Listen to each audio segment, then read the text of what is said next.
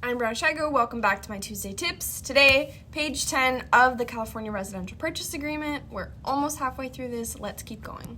The first section you'll see at the top of the page, property addenda and advisories. With a typical single-family residential purchase or condominium purchase in California, this big packet already provides all of the necessary documentation. That's why those blue X's are there, because those are automatically in this packet, so it automatically checks those off as you having those documents.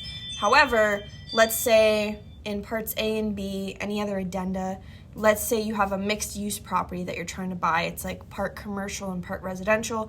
You're gonna have to check off that box, and then your real estate agent will help you gather another necessary packet for you to sign and acknowledge everything that comes with purchasing that mixed use property. And that goes for any of those boxes. If you have to check any of those boxes, you're gonna have to have separate documentation for you to sign and read so that it acknowledges that you understand you're getting yourself into a different kind of situation.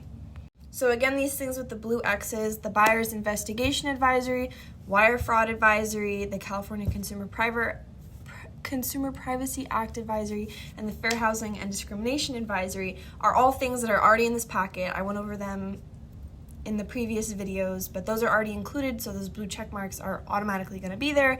However, if your property needs any of these additional advisories, they will have to be checked and separate documentation will have to be provided. You'll have to sign and acknowledge that as well, but it all just depends on what you're buying.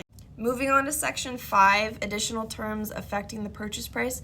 They are really just going into great depth, all the nitty-gritty about all the little things that you have read in the pages above, because they really, really want you to completely understand and be clear on what you're getting yourself into, what these things mean that you're signing. So like, you're gonna send your money into escrow and it's gonna be real money. You have this money. You're not lying about having the money, and you're gonna send it in and you're buying your house with this money. Like, they're really just reiterating all of that.